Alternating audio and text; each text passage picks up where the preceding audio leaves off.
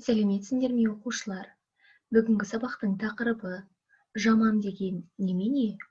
Жаңа сөздер: жалқау, еріншек, жалқау емес, ерке, жаман, таста.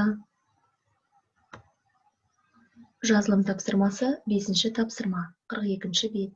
Диалогты толықтыр. Жалқаубек қандай бала? Жауап жазамыз.